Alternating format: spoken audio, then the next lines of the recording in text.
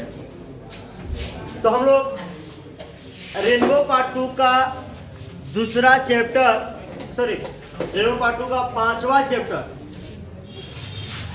Ideas that have help mankind पढ़ेंगे, ठीक है। और इस चैप्टर का जो लेखक है, ऑथर है, वो कौन है जी? Bertrand Russell. कौन है? बर्ट्रैंड रसेल है, ठीक है। आप जिस तरह से हर टॉपिक बाय टॉपिक आप लोग को हर चैप्टर को बताएगा, ऑब्जेक्टिव भी देखते गए हैं, लेकिन यहाँ जो है ideas that have help Mankind Bertrand Russell के द्वारा लिखा गया है। आते हैं थोड़ा पढ़ते हैं इनके बारे में, क्योंकि हर चैप्टर के प्रारंभ में लेखक का इंट्रोडक्शन होता है। क्या होता है? लेखक का इंट्रोडक्शन, यानी लेखक के बारे में परिचय कराया जाता है आप लोगों से। हम परिचय करा देते हैं। बर्ट्रैंड आर्थर विलियम रसेल, इनका पूरा नाम हुआ। बर्ट्रैंड रसेल का पूरा नाम क्या हुआ? बर्ट्रैंड आर्थर विलियम रसेल, ठीक है। इनका जन्म जो हुआ 1872 से 1970, यानी 1872 में वे जन्मे थे और 1970 में वे डेथ कर गए। यानी इनका जीवन काल का जो पीरियड रहा, यानी कितना उम्र रहा? 98 ईयर्स, यानी 98 वर्ष। आपका ऑब्जेक्टिव क्वेश्चन 3 को यहीं से तैयार हुआ। पहला चीज कि I have a dream, sorry ideas that have help Mankind किसके द्वारा लिखा गया है? बर्ट्रैंड रसेल के द्वारा। पहला, बर्ट्रैंड रसेल का पूरा नाम बर्ट्रैंड आर्थर विलियम रसेल। इनका जन्म कब हुआ था? वे कब डेथ किए? क्लियर है? ब्रिटेन, हाँ इंग्लैंड। ध्यान दीजिए। अब हम लोग बढ़ते हैं आगे। यहाँ कहा जा रहा है कि Bertrand Russell a British philosopher, historian, mathematician, advocate for social reform, pacifist, a prominent rationalist of the 20th century, was a prolific writer। और कीजिएगा, यानी बर्ट्रैंड रसेल जो थे वे एक शानदार लेखक थे। क्या थे जी? एक शानदार लेखक थे। एक ही चीज क्या नहीं, 21 सदी का, 20वीं सदी के तर्क शास्त्री भी थे, एक प्रसिद्ध तर्क शास्त्री थे। यहाँ तक कि शांतिवादी तर्क शास्त्री, जो तर्क शास्त्र पढ़ना होता है हम लोग ना, नहीं पढ़े आप लोग तर्क शास्त्र? आप लोगों को सोशल साइंस में पढ़ना होता है तर्क शास्त्री, जिसमें तर्क किया जाता है, आपको तर्क के साथ समझाया जाता है। तो अर्थशास्त्री वो अलग हो गया, यहाँ तर्क शास्त्री थे।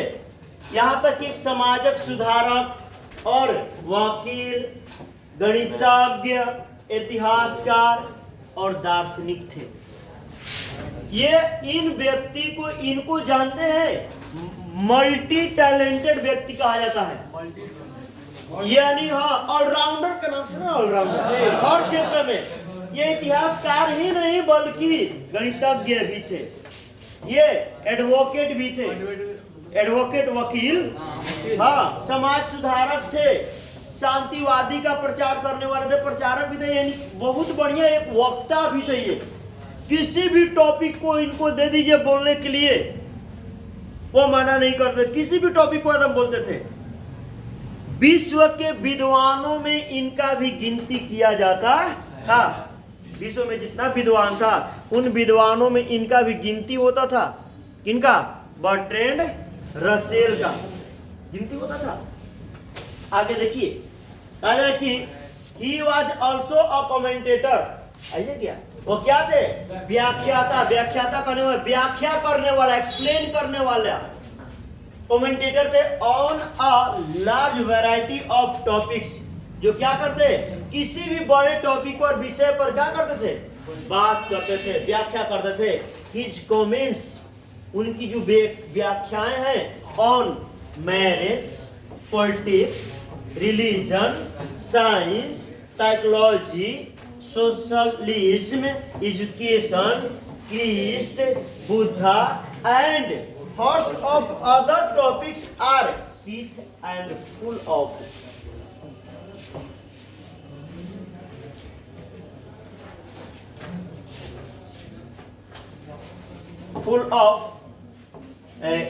कैंडर।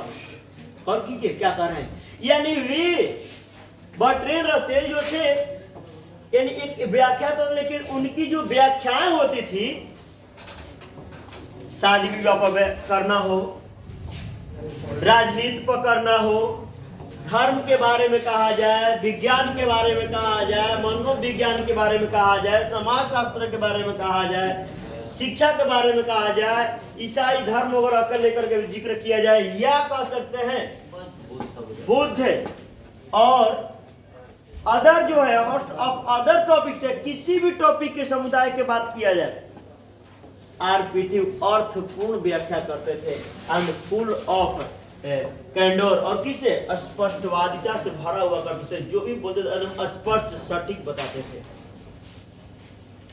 यानी इनका जो व्याख्या होती थी वो अलग तरीका का होती थी, जो भी विषय का, ये नहीं कि इस टॉपिक को नहीं, इसीलिए इनको कहा जाता कि विद्वानों में से, विश्व के विद्वानों में से एक थे। कौन है? Bertrand Russell. यहां तक ये देखिए, इन 1950, ये क्वेश्चन बन सकता है ऑब्जेक्टिव में, हाईलाइट कर दीजिएगा। Russell was awarded Nobel prize in literature, यानी 1950 में रसेल को क्या किया गया? अवार्ड दिया गया, नोबेल पुरस्कार दिया गया। ठीक है, किस दुनिया में? साहित्य में। इसमें जी साहित्य में दिया गया।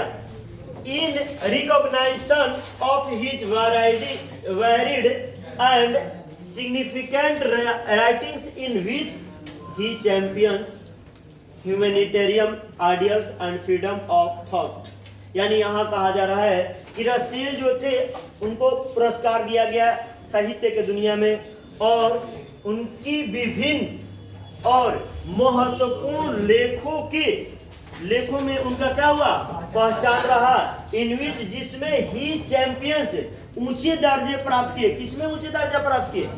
मानवीय विचारों में और विचारों के आजादी में। मानवीय विचार हो गया, चाहे विचारों का स्वतंत्रता हो गया, आजादी हो गया, उसमें उन्होंने क्या प्राप्त किया? ऊंचे दर्जे प्राप्त किए। कौन? Bertrand Russell. रसेल टाइटल है क्या? बर्ट्रैंड, हाँ, नाम आप जरूर करते हैं। CEO हम लोग नहीं टाइटल रखते हैं, उसी तरह से title as one of the world best non intellectuals, यानी ये जो थे दुनिया की बुद्धिजीवियों में से एक, ये जो थे दुनिया के बुद्धिजीवियों में से एक थे। रसेल से voice carried great moral authority. Russell की जो आवाज थी वे क्या करती थी? नैतिकता के अधिकार के प्रति क्या करती थी? जादू कर देती थी। क्या कर देती थी? जादू कर देती। जो चीज को समझाते थे वो लगता था कि आपके डायरेक्ट क्या हुआ? दिमाग में सेट हो गया। यानी ऐसा लगता था कि आपको उस टॉपिक चाहे जिसके बारे में जिक्र करें बोरिंग महसूस नहीं कर सकते थे। इतना मैंने ज्ञानी थे, इतना जानकार थे। तो सीधा कहा गया है कि दुनिया के बुद्धिजीवियों में से एक थे। दुनिया में जितना बुद्धिजीवी थे उनमें से इनका भी एक स्थान आता है। किनका? बर्ट्रैंड रसेल का। He was original and provocative in his attitude and clear and forceful in his style। यानी वे जो थे रियल यानी वास्तविक, उत्तेजक, अपने मनोभाव में उत्तेजक होते थे। वास्तविक होता था, एटीट्यूड यानी मनोभाव। यहाँ बात करा आपका भी अपने विचारों में क्या थे? घमंड की बात मत करना, ठीक है? तो अपने विचारों में उत्तेजक होते थे और स्पष्ट और सशक्त भी होते थे। इन हिज स्टाइल, किसमें? अपने यानी कहने का मतलब वैभव में, अपने स्टाइल में, अपने जीवन शैली में सशक्त रहते थे। लेकिन हिज राइटिंग्स एम्फेसिस, उनकी लेखे जो है जोर देती है, जोरदार कारण बताती है। जोर पर इंटेलिजेंस, बुद्धि पर, ह्यूमन हैप्पीनेस, मानव के खुशी पर, पीस, शांति पर, एंड लिबर्टी, स्वाधीनता पर। हिज मेजर वर्क्स, उनका प्रमुख लेख प्रमुख लेख समझ रहे हैं? जो मुख्य जैसे ideas that have helped Mankind, ये भी इनका लेख ही है। किनका? जो साहित्य लिखे हैं उनका प्रमुख साहित्यों का ये नाम है। अभी तक हम लोग जितना साहित्य पढ़े हैं ना, तो कुछ कुछ लेखों का कम है, 2 गो 3 गो 4 गो 5 गो ऐसे करके है। इसमें देखिए कितना जिक्र किए हैं। आएगा ऑप्शन में आ सकता है ऑब्जेक्टिव होके, a history of western philosophy किसने लिखा है? Bertrand Russell. Human knowledge it's scope and limits किसने लिखा है? ऑथोरिटी एंड द इंडिविजुअल किसने लिखा है? Has man and fact and fiction किसने लिखा है? हाँ, इस चैप्टर का नाम उनका लेख है, किताबों का नाम है, कुछ नोवेल का नाम है, कुछ चैप्टर का नाम है, ये सारा चीज। My philosophy philosophical development, my philosophical development किसने लिखा है? Bertrand Russell. Concept of happiness किसने लिखा है? मैरिज एंड मोरल्स किसने लिखा है? Bertrand Russell. ये जितना है रोड्स टू फ्रीडम या इन प्रेज ऑफ आइडलनेस या why I am not a Christian, ये जितना है उनका साहित्य है, लेख है, जिन्होंने लिखा है उनका नाम क्या है? बर्ट्रैंड रसेल नाम है। उन्होंने लिखा है, वो लेखक जो है वही लिखे इन चीजों को। हम लोग जितना भी क्लास तो किए हैं, हम लोग पढ़े 2 गो 3 गो पढ़े हैं, लेकिन यहाँ पर देख रहे कितना चीजों का जिक्र किया है। ये प्रमुख है, और जो है छोटा मोटा तो और बहुत कुछ लिखे हैं, लेकिन ये जो प्रमुख है ये एकदम प्रचलन में है।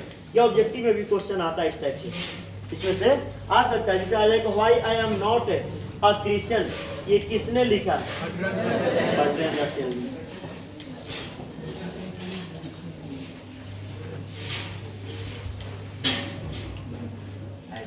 Ideas that have helped Mankind, यहां से हमारा चैप्टर शुरू होता है। ये चैप्टर के नाम से आपको क्या लग रहा है? और कीजिएगा। आइडियाज, वे बातें, वे विचार जो किसको मदद करता हो? मानव को मदद किया हो, मानवता को मदद किया हो। वो कौन सा बात है, कौन सा विचार है? इस पर विचार कीजिए। Before we can discuss this subject, यानी इस विषय पर चर्चा करने से पहले जो हम है, we must form some conception as to make as to the kind of effect that we consider a help to mankind. हमें क्या करना होगा? हमें अवश्य ही एक धारणा बनानी होगी। किस पर? मानवता के सहायता के विचार के बारे में, जो हमें प्रभावित करता है, एक प्रकार से जो प्रभावित करता है, उस पर हमें क्या करना होगा? एक धारणा बनाना होगा कि आखिर मानव को मदद किस तरह से मिलता है, किस कारण से मदद मिलता है। मानव को मदद किया जाता है, लेकिन क्या कारण है कि मानव को मदद किया जाता है? और कीजिएगा, इसमें ध्यान दीजिएगा। देखिए, ये बहुत लंबा चौड़ा क्वेश्चन है, विचार अगर कीजिएगा तो ध्यान दीजिए क्या कहा जा रहा है। यहां कहा जा रहा है कि आर मैनकाइंड हेल्प, क्या मानव को मदद किया जाता है?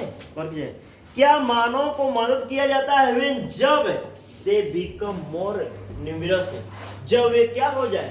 बहुत संख्या में हो। क्या मानव का मदद तब किया जाता है जब वे किसमें हो? बहुत संख्या में हो। या when they become less like animals, या तब किया जाता है जब वो जानवरों से कम हो। या नहीं समझ में आया? आइए पढ़ेंगे, पूरा आंसर मिलेगा, ध्यान दीजिए।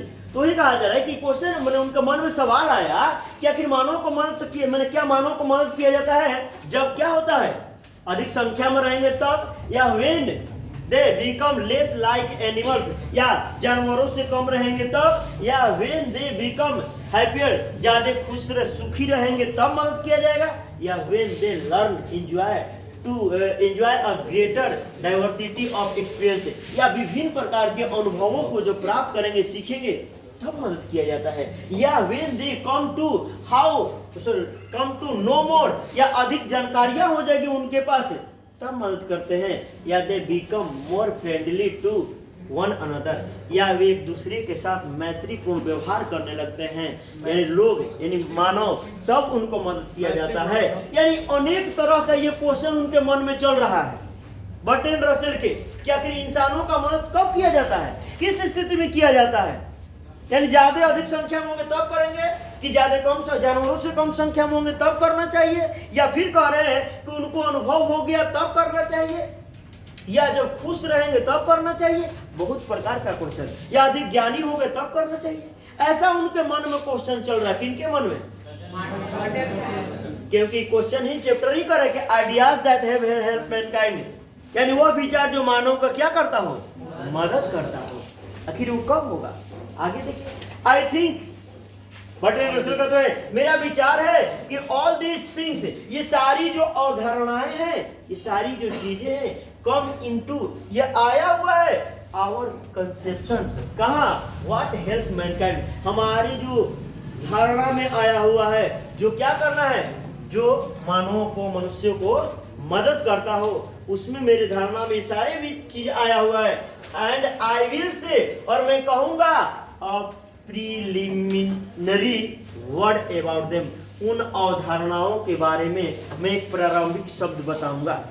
एक प्रारंभिक शब्द मैं कहूंगा कि आखिर कब मदद करना चाहिए। आखिर प्रारंभिक शब्द कहाँ रहेगा कि the most indubitable respect in which ideas have help mankind is numbers.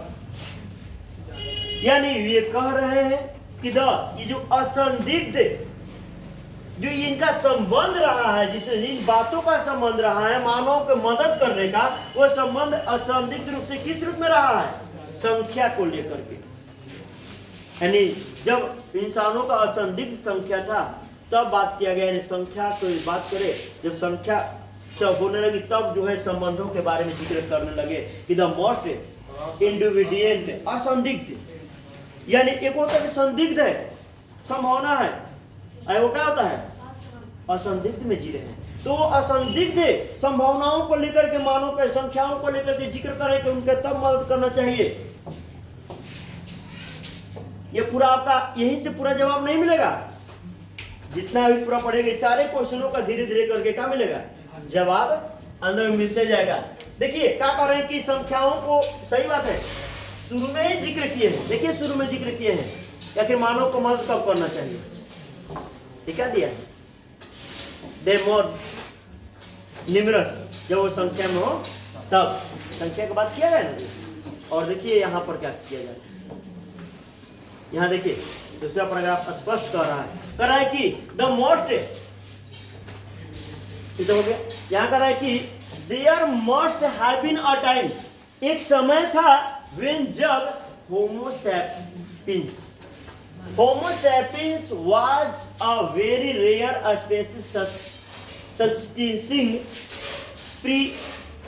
precariously in jungle and caves, terrified of wild beasts, having difficulty in securing nourishment।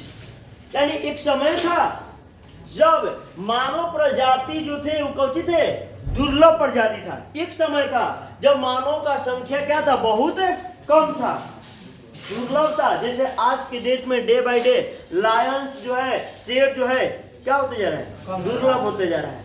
चीता जो है दुर्लभ होते जा रहा है। जंगली जानवर डे बाय डे क्या होते जा रहा है, कम होते जा रहा है, नहीं हो रहा जी, तो कम होते जा रहा है। तो वही तरह के उसी तरह से शुरुआत में मानव भी दुर्लभ थे, मानव का संख्या उतना ज्यादा नहीं था, और वे मानव जो थे निर्वाह करते थे। उस भाग्याधीन परिस्थितियों में सोचिए कि क्या समय था, जंगलों और गुफाओं में व्यतीत करते थे, और भी क्या होते थे, जंगली जानवरों से भयभीत रहते थे, डरे रहते थे, हैविंग डिफिकल्टीज, कठिनाइयां महसूस करते थे, इन सिक्योरिंग नॉरिशमेंट्स, यानी क्या करने में, भोजन को प्राप्त करने में। उस समय भोजन वगैरह की जरूरत जब पड़ता था इन लोगों का, तो कठिनाइयां महसूस करते थे कि हम जाएंगे भोजन मिलेगा कि नहीं मिलेगा, या भोजन की तलाश में गए, मालूम चला कि जानवर अटैक किया, हमको क्या कर दिया, मार दिया। ऐसा लोगों का पहले विचार था, ऐसा धर्म था, क्योंकि संख्या में लोग क्या होते थे, कम होते थे, संख्या में क्या होते थे, कम होते थे।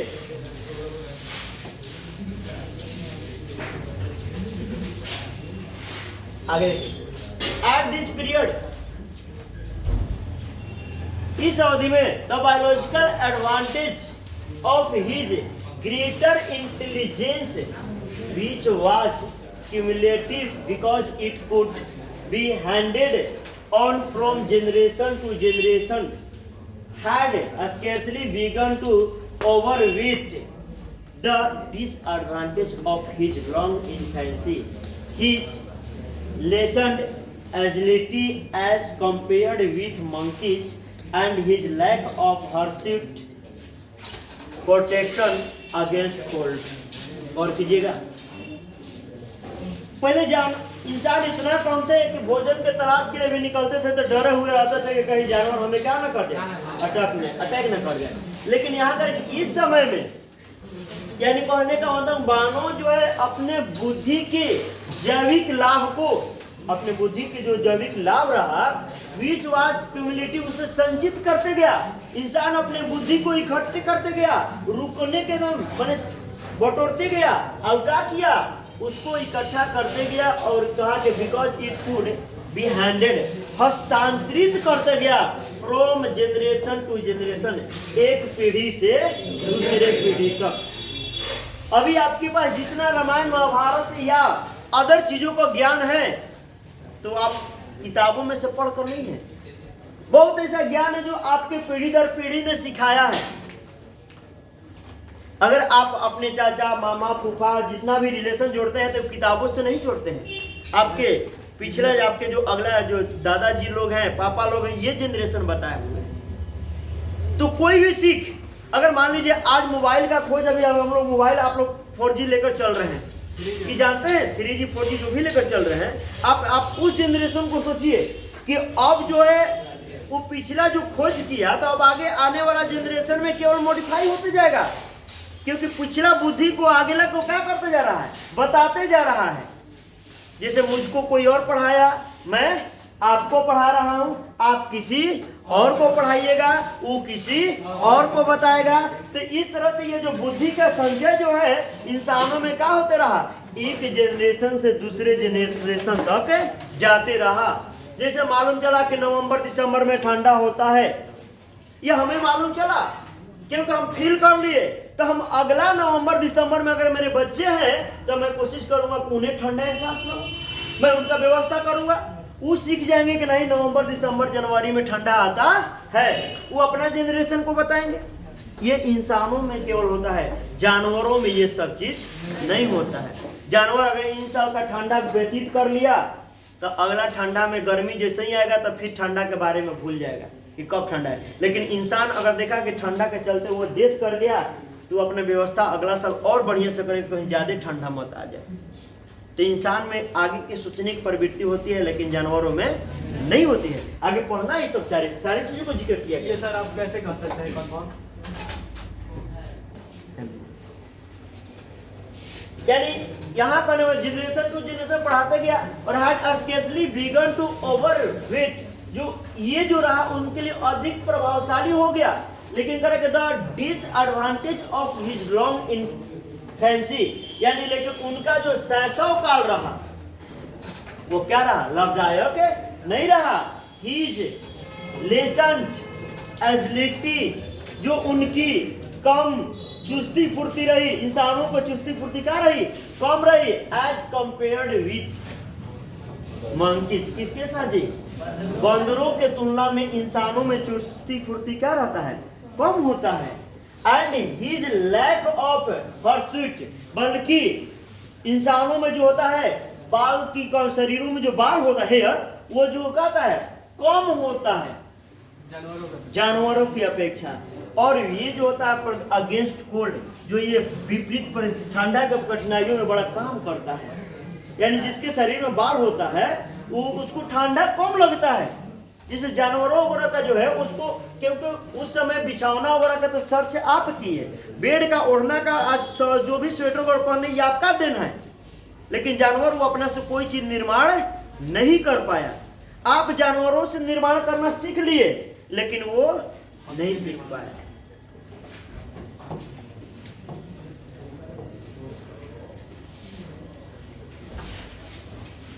और कीजिएगा।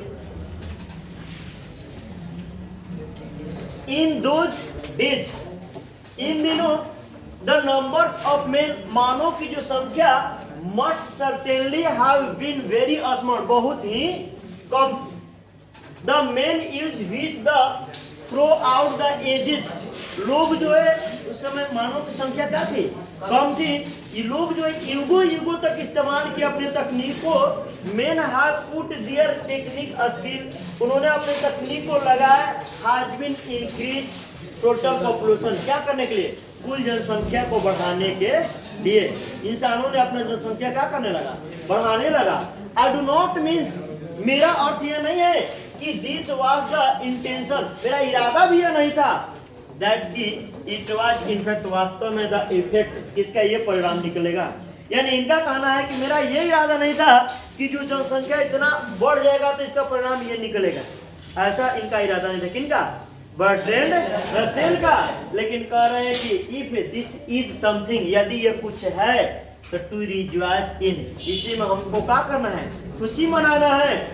देन तब we have occasion to rejoice, और यही हमारे पास अवसर है क्या करने का, खुशी मनाने का। यही हमारे पास अवसर भी है खुशी मनाने का।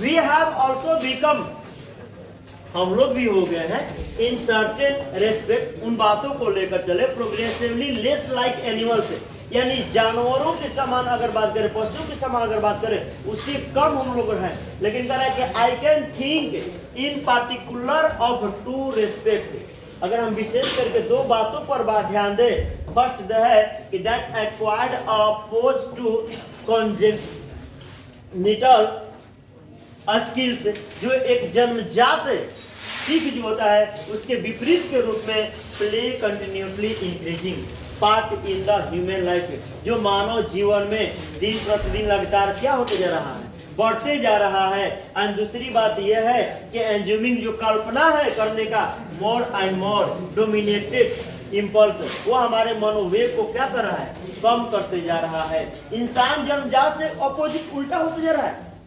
यानी कहने का मतलब जो सोच पहले इंसानों का था कि एक दूसरे के सहायक, एक दूसरे के नाल जीवों को लेना, अगर मान लीजिए, लेकिन अब धीरे धीरे क्या होते जा रहा है, बदलते जा रहा है, उल्टा प्रवृत्ति को होते जा रहा है। इनका मनोवेग जो है इंसानों का, वो भी मनोवेग जो वो भी प्रभावित हो गया, अधिक प्रभावित हुआ है। किसके अपेक्षा, जानवरों की अपेक्षा। बल्कि हम लोग देखते हैं कि पहले इंसान जो है, एक कोई मराता था तो जाकर के चार को छुड़ा देते थे, लेकिन आज के डेट में वो वीडियो बनाना शुरू कर देते हैं। किसी कठिनाई में वो फंसा हुआ है तो लोग उसको हेल्प करने की जगह पर क्या कर रहे हैं, वीडियो बनाने की कोशिश कर रहे हैं। गलती कर रहे हैं जी। ये ऐसा अपोजिट में कहने का मतलब सोच अलग होते जा रहा है। इन दिस रेस्पेक्ट, इन संबंधों में we have certainly become progressively less like animals, इन संबंधों में हमारा जो प्रगति रहा जानवरों से क्या रहा, कम रहा। यानी कहे का मतलब कि जानवर का जो सोच रहा वो जो रहा, लेकिन हम लोग एकदम उल्टा हो गया है मानवों का सोच। पहले जानवर से डर करके हम भागते थे, अब जो है जानवर हमसे डर करके भाग रहा है। उल्टा नहीं होते जा रहा है। पहले जानवर हमको खाने का काम कर जाता था, अब हम लोग जानवर का बदला ले रहे हैं। नहीं जी, अपने पूर्वजों को एज टू हैप्पीनेस, सुख और शांति। आई एम नॉट श्योर, मुझे विश्वास नहीं है। जैसे बर्ड्स, इट इज ट्रू, जो पक्षियां हैं सच में ये सत्य है कि die of hunger in large number during the winter, सच में जाड़े के दौरान जो पक्षियां हैं वो डेथ कर गई, मर गई हैं, भूख की वजह से बड़ी संख्या में मरी हैं। If they are not bird to passages, लेकिन वे जो वो पक्षियां नहीं थी जो परागमन समझ रहे हैं, वो पक्षी जैसे मौसम के अनुसार रहती हो।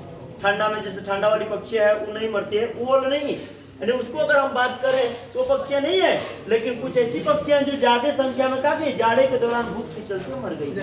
जैसे अभी कहने का मतलब कि अभी आप लोग ठंडा के दिन में आप देख सकते हैं कि कोयलों को ध्यान दीजिए, बट लेकिन ड्यूरिंग द समर, लेकिन गर्मी के दौरान दे डू नॉट फोर्सी, वो पूर्वाभास, यानी पूर्वाभास करने का मतलब ये हुआ पूर्वाभास कि वे लोग पहले अनुभव नहीं कर पाती है पक्षियां। गर्मी आया तो वो लोग नहीं सोच पाएगी कि मैंने हम ठंडा की व्यवस्था करें। दिस कैटास्ट्रोफी, ये जो आपदा है, या रिमेंबर ना वो याद रख पाती है कि how nearly it befell than in the previous winter, जो पिछले सर्दी हम लोगों ने कैसे गुजारा है, उन पक्षियों को याद है नहीं रहता है, उन जानवरों को याद है नहीं रहता है। लेकिन अगर बात करें इंसानों के बारे में तो ध्यान दीजिएगा, करेगा विथ ह्यूमन बींग्स, लेकिन जो मानव है द मैटर इज अदरवाइज, मानव की बात ही दूसरा है। पक्षियां याद नहीं रखते लेकिन इंसानों के सारे बात है याद। इंसान का ठंडा बीत गया था, अगला ठंडा हम लोग को पता चल जाएगा, स्वेटर खरीदना है। आई डाउट वेदर, मेरा संदेह है कि परसेंटेज ऑफ बर्थ, पक्षियों का प्रतिशत विल हैव डाई, मरने का, ऑफ हंगर, भूख से मरने का प्रतिशत जो पक्षियों का रहा है ड्यूरिंग द प्रेजेंट विंटर, इन सर्दियों में 1946 से 1947 में इज एज ग्रेट एज, उतना ही परसेंटेज था ऑफ ह्यूमन मीन्स, मानवों को भी मरने का, that will have died from the cause, इसी कारण से मानव भी मरे थे। जितना पक्षियां मरी थी उतना मानव भी मरे थे। इंडिया में and central Europe, Madhya Europe में, लेकिन ड्यूरिंग द सेम पीरियड, इसी काल में मरे थे लोग। कब? जिस काल में पक्षियां 1946 से 47 में जितना पक्षियां मरी थी, इंसान भी मरे हुए थे। बट लेकिन every human death by starvation, लेकिन मानव को प्रत्येक मृत्यु जो है भूख से हुआ, इज प्रीसिड, वो पहले ही है, लेकिन by a long period anxiety, लेकिन लंबे मैंने कहने का मतलब कि चिंता की जो अवधि रहा, सराउंडेड, वो छाई हुई रही by the corresponding anxiety of neighbour, पड़ोसियों की चिंता के अनुरूप छाई हुई रही है। सर वहाँ एक क्वेश्चन हमको करना है, ये केवल अनुमान न लगा सकते हैं आप कि जितना, देखिए आगे थोड़ा सा बच्चा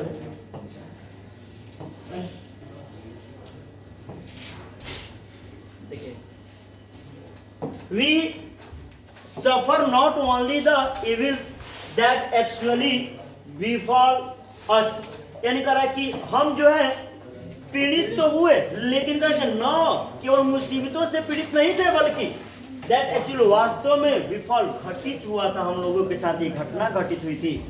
बट ऑल दोज दैट, लेकिन ये सारे चीजें जो है आवर इंटेलिजेंस, हमारे जो बुद्धि है, टेल अस, हमें बताता है कि वी हैव रीजन, हमारे पास कारण है, टू फियर, डर का, भय का हमारे पास कारण है।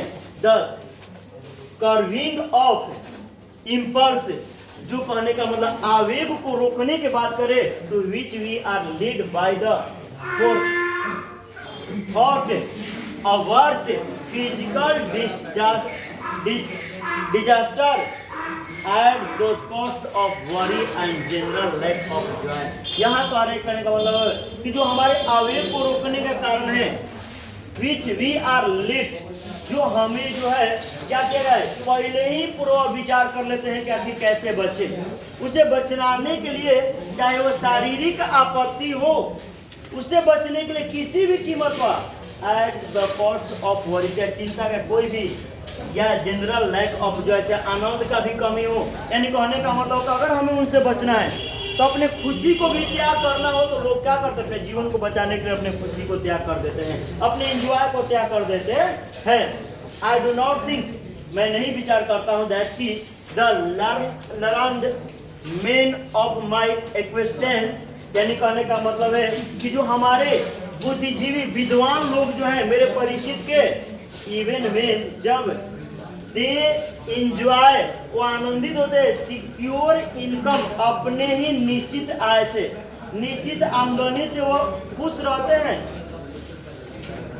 निश्चित आय से खुश होते हैं।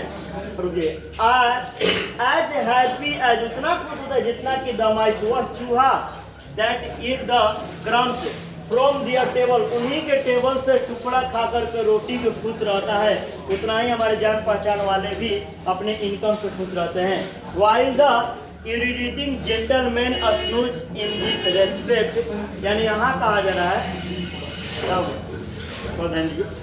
दियर टेबल से, जो कहने वाला है कि वाइल जब द इरिटेट, रुक जाओ बाबू थोड़ा सा रुक जाइए, क्लास ले रहे हैं इसके बाद 5 मिनट लिए रुक जाओ, ये 9 से 10 वाला बैच है। हाँ, पहले इरिडिसिंग जेंटलमैन जो विद्वान आदमी है, जो ऊँघ रहा है, सुख मैंने नींद में रह रहा है, खा रहा है, और उसी दौरान चूहा आया और उसका रोटी लेकर के खाने लगा, वो भी खुश है। आई भी अपने इनकम से कमा कर खा रहा है, ये भी कहा है खुश है, लेकिन ये भी ऊँघ रहा उस समय खा रहा है। वही करे इस संबंध में, देयरफॉर इसीलिए आई एम नॉट कन्विंस्ड, मैंने ज्यादा चिंता नहीं किया, विचार कर रहे हैं बट मैंने ज्यादा इंसानों के बारे में चिंता नहीं किया, that there has been any progress at all, कितना प्रगति किया कि नहीं किया इसके बारे में मैं उतना विचार नहीं कर सका। कौन?